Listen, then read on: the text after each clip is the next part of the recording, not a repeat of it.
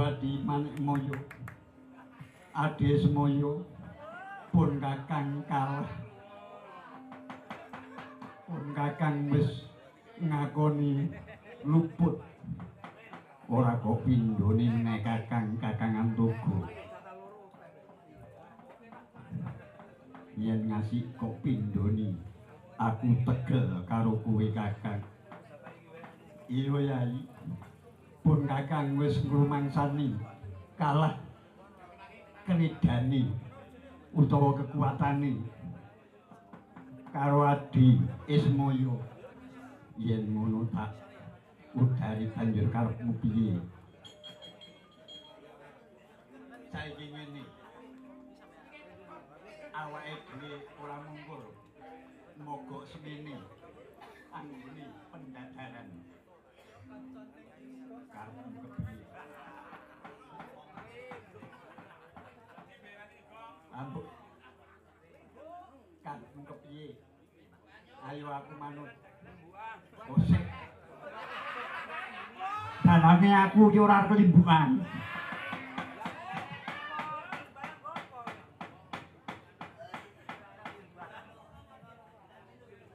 kowe ora gawe juwo diundangke orden bareng iya banjur karepmu piye kakangan Tugu saiki aku kelingan yen biyen aku tahu didungingi Eyang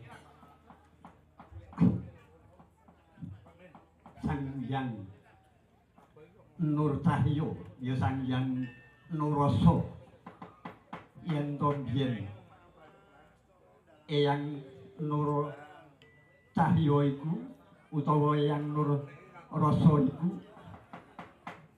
Nur Cahyo karo Nurrasa ki wayange siji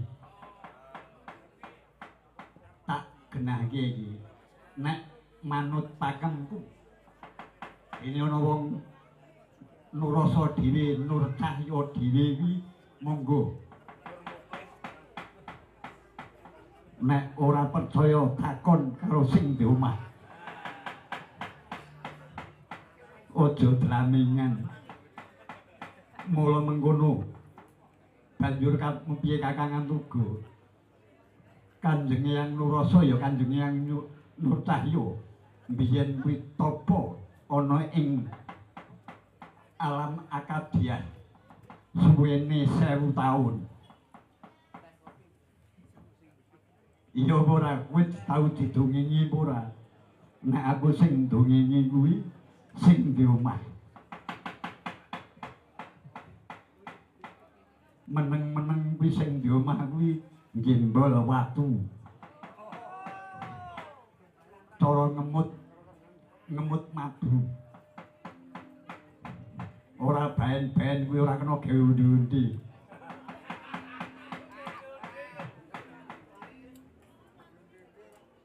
banjur karepmu piye kakangan Togo ayo biyen Kanjeng Eyang Nurrasa ya Nur Cahyo kuwi nggone tapa ning alam Akadiah suwene 1000 taun kuwi lungguh ana ing watu lintang yen pangapunten mbok menawa ana wong sing duwe versi nek Semar mangan gunung kuwi monggo ning wekku mangan watu lintang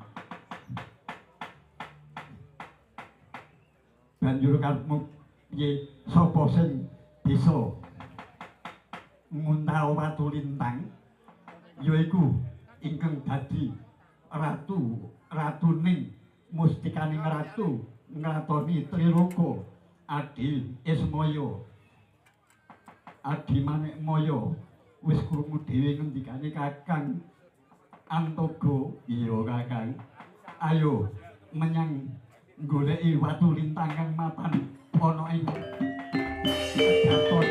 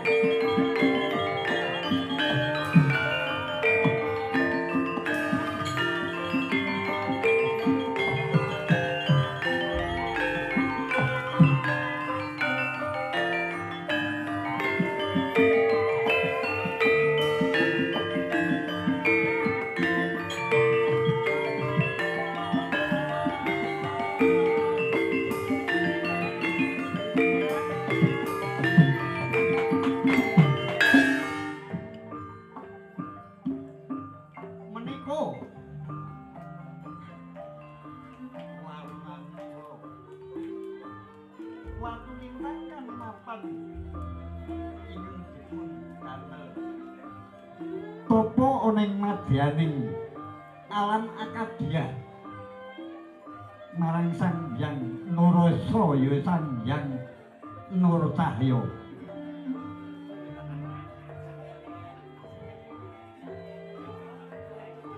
Mangkono sedyane putra Sang Hyang Tunggal tetiga Sang Hyang Antoga, Sang Hyang Ismaya, Sang Hyang Manikmaya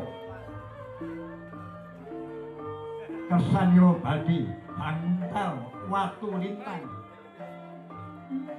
padha sakala Adi Manikmaya apa Kakang Antoga lan kowe Adi Manikmaya lan Adi Ismaya. Nah kalau panggane ngiwang Narasa rikala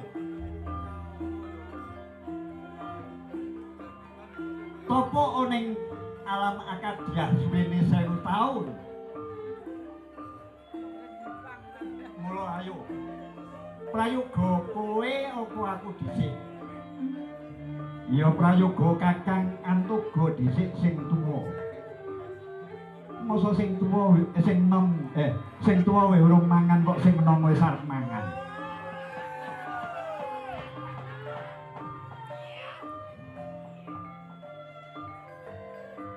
Ya wis yen to mangkono pun Kakang inggih bakal ngluwih dhisik nyatane yen to mengko kowe bisa kasembet kowe dhisik ning kowe bisa kasembatan larak pun Kakang rak kalah. Iya Kakang nek panjen kowe Kakang Antoga bisa adimu loro-loro wis nrimo lahir batin iki tenan sing tuwa mangan dhisik.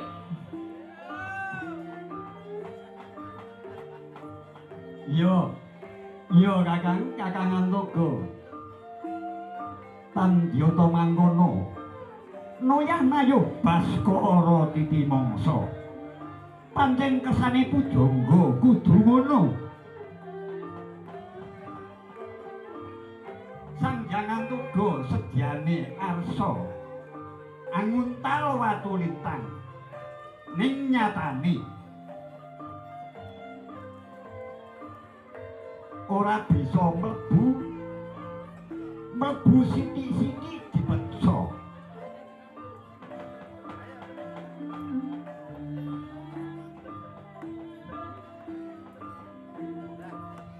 Mangkono ngetut karosan ngetut kadigayan noyah nayuh Baskara titi mangsa kersane pujangga kudu mangkono. Sang Hyang Antoga jatan kuwawa nguntal watu lintang nanging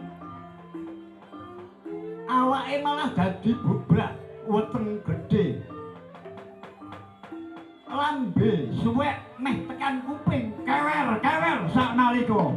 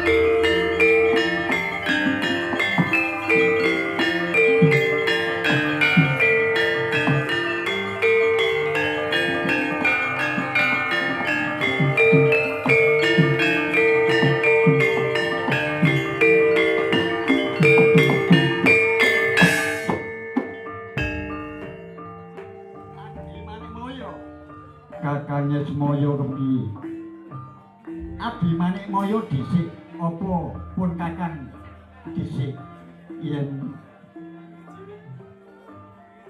aku ketoke ora mampu Kakang Muntawatu Lintang kuwi. Yen mengkono nek pancen aku sing bisa Muntawatu Lintang iki. Dan sing menang aku. Iya Kakang, aku wis nyatane Kakang Antogo Kuntal kena ke Prabowo mbuh tibani. Iya Kakang, njaluk pangestu Yai, monggo Kakang Ismaya.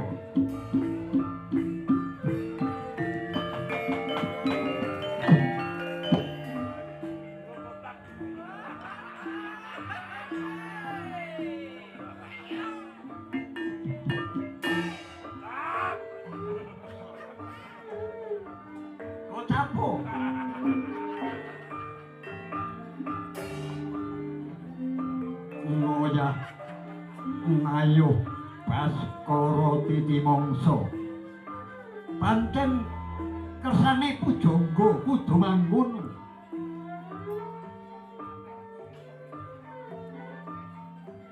Sang Hyang Antogo Kakang Wawahan Muntawatu Lintang menika Sang Hyang Ismaya mung bedane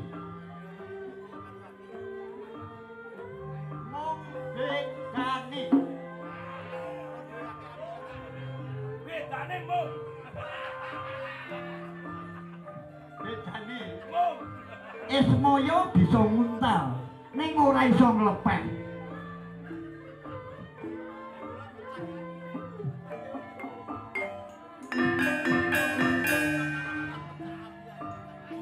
Megeng napas ngene megeng asik merem-merem.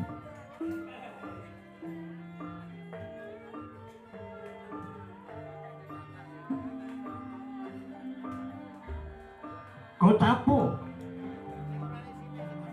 Sang Hyang Ismaya bokong dadi gedhe,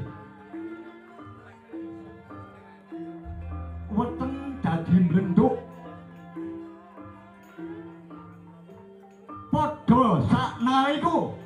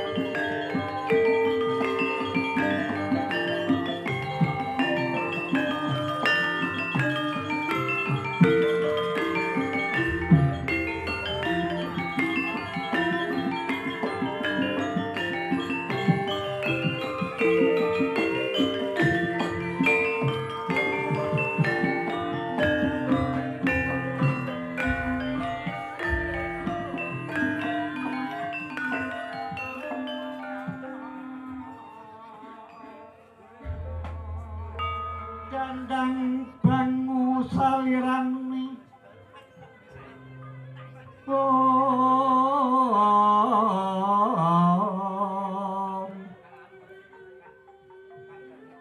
Garuda tutu ing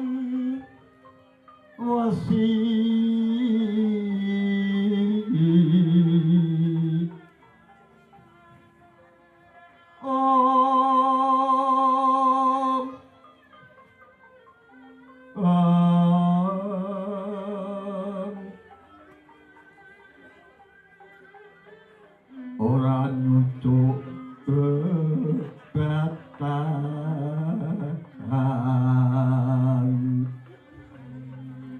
nyucuk sarap sawangi pustasu kerto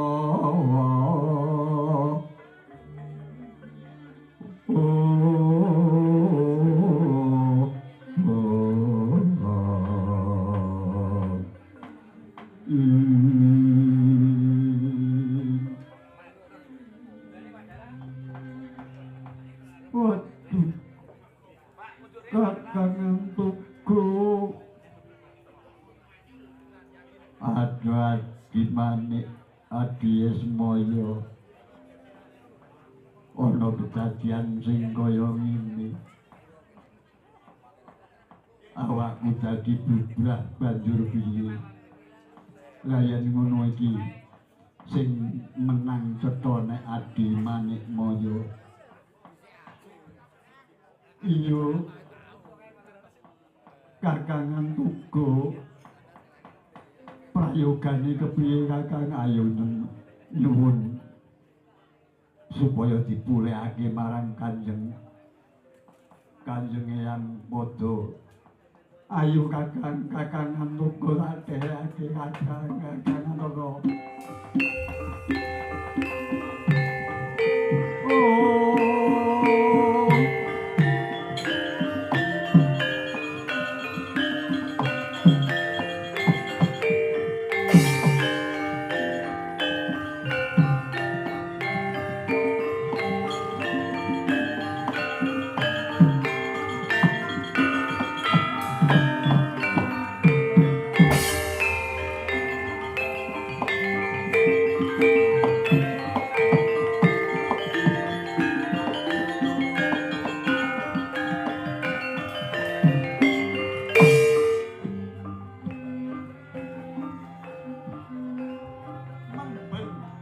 Sungkowo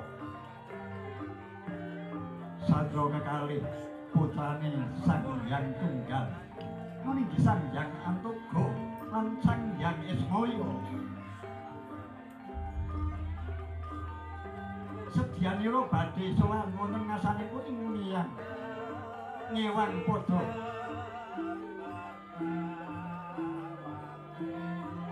mula datan mukal senajan to dewa kuwi kena lara lubuting pati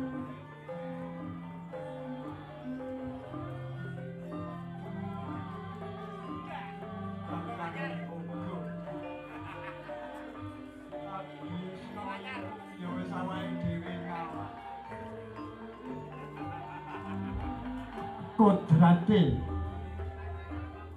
sing murba jagat cinta wae dhewe kudu nandhang kaya mangking iya kakang ayo supaya sowan ana ngasane Kanjeng Hyang ayo Yai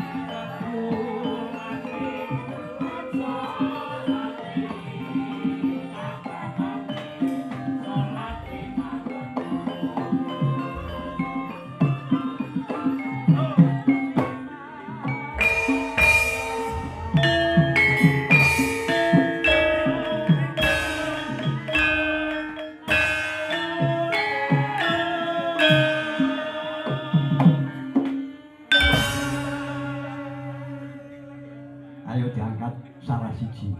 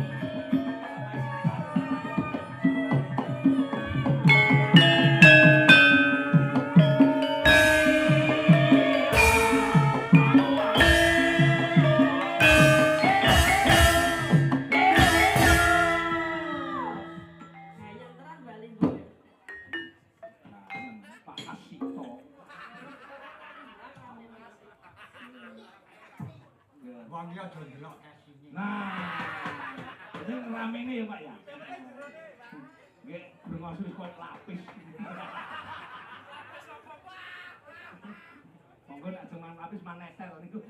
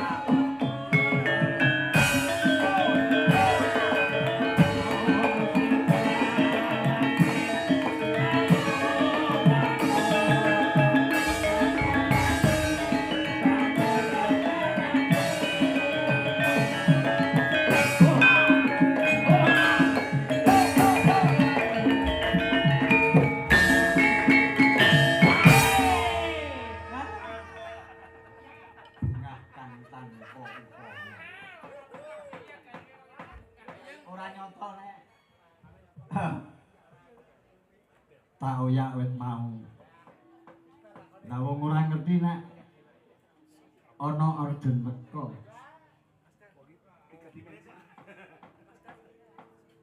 Monggo aku wis apa jenengane ngritik iki engko tak gawe ngene iki engko tak gawe ngene. Saiki iki jenenge dalang kuwi kalah karo penonton. Libuan.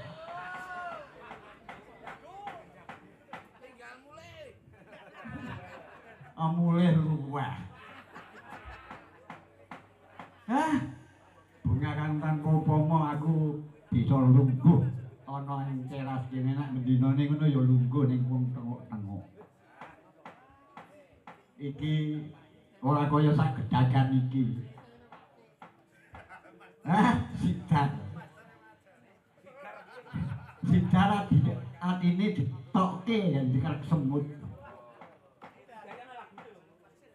Ana kuwi. Sing ora sidar ning sing sidar.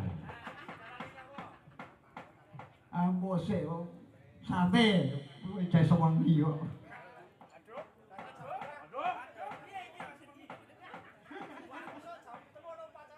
Ah. Ora urus. Nekake weh aku murah pelontang di mau.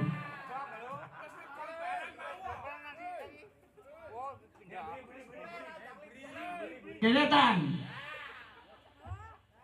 Padha-padha leh nganu ayo. Ora rene sesuk patek watu. Ayo disepati, sepati.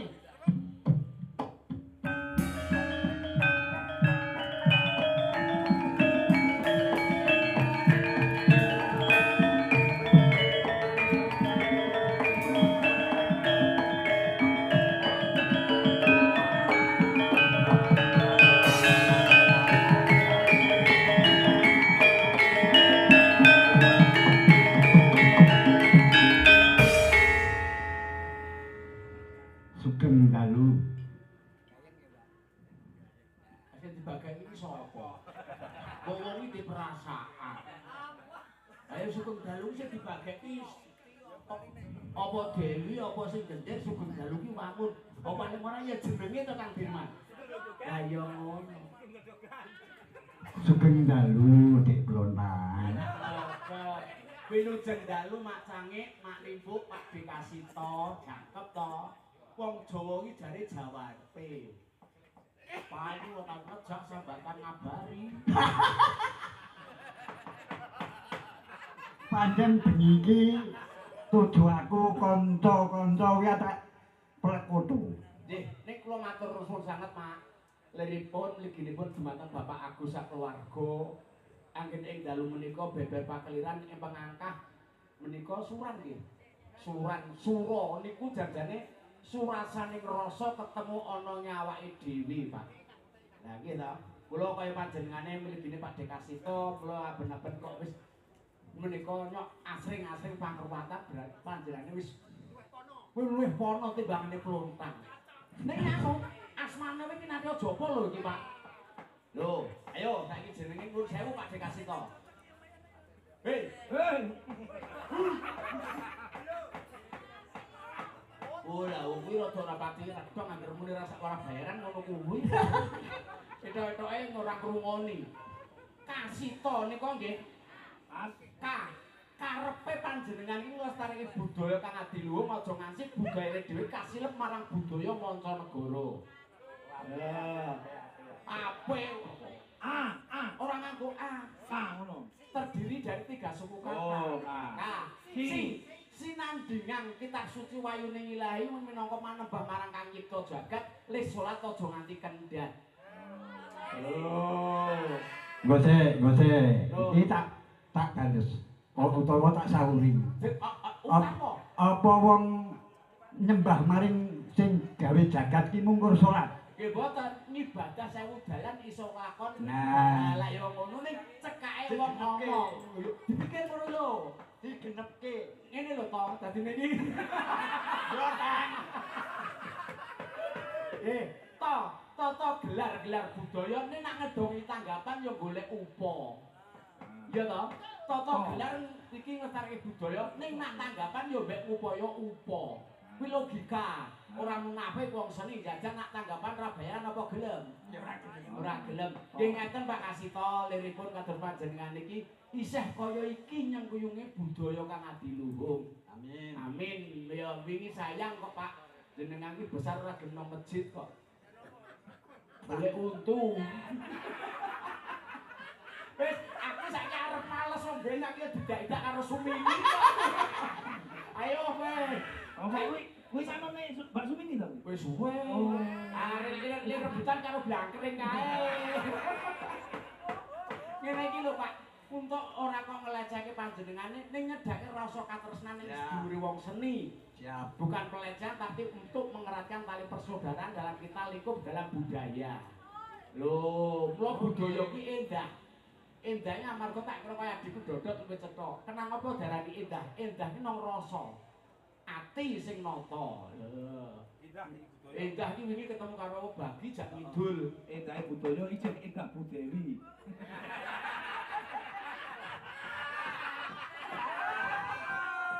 Kowe ngrumangsanono padha dene ora duwe.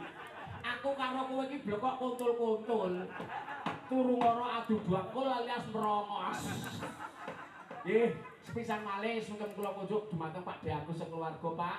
Aku yo melu memuji mugi-mugi panjenengan Pak De Agus sakeluarga kaparingono panjang yuswa ingkang bahkan tutup anggenipun ngomong putra rawayah minangka soh seni ing tlatah gedawang umumipun. Amin. Iki mula kanca-kanca tak jak ning kene iki ra. Nggih. Kae yo gen li giras. Engko li awor kancane meneh. Amin. Dadi karepku ki ngono kuwi. Leres Mas Kasito, kula niku ya krungu dikandani Mas Bagi kala wau, aku kudu medhun. Janipun wonten ayahan kangge dusun tak kira Pak Bagi ya preso kala mau, ning aku ngiras pantes napak tilas limbiyen rekoso kuno daleme Pak Slamet. Jaman aku buruh graji.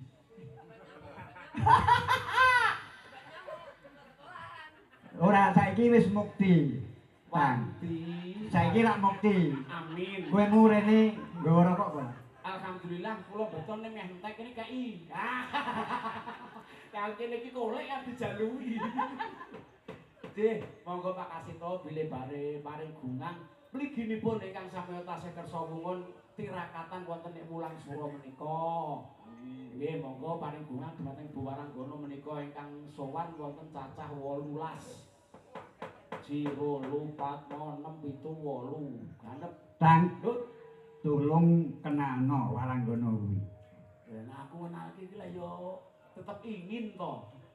Ha cethane piye? Ya padha. Yo cethane iki sing kepiye ngono. Aku samarku nak ingin, nak inginku sing mampu anak dhewe apa yo tayeng. Tingkat tinggu kowe semua. Mas Lurang, Dalam nun sewu Nggih. sing badhe ngenalaken sinden sing caket Pak Dalang ampun diutik-utik.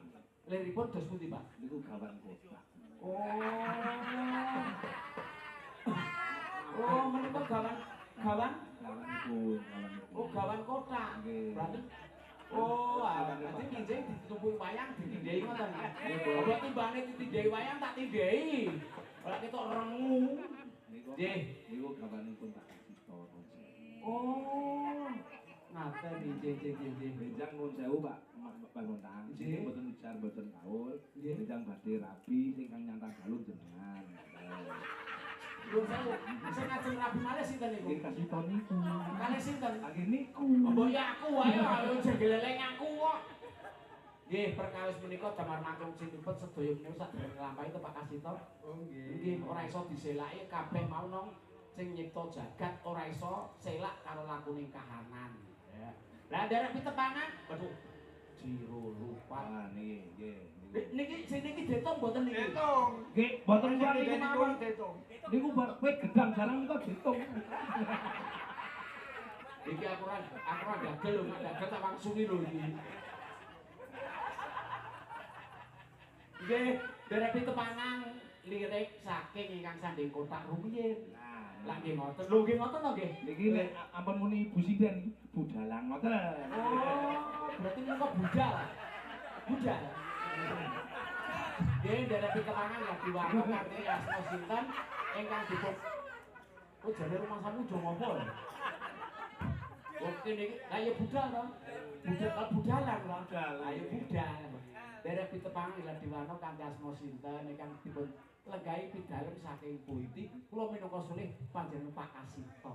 Injih Kang Mas Lontang. Ya semono. Kan nyepeng mik.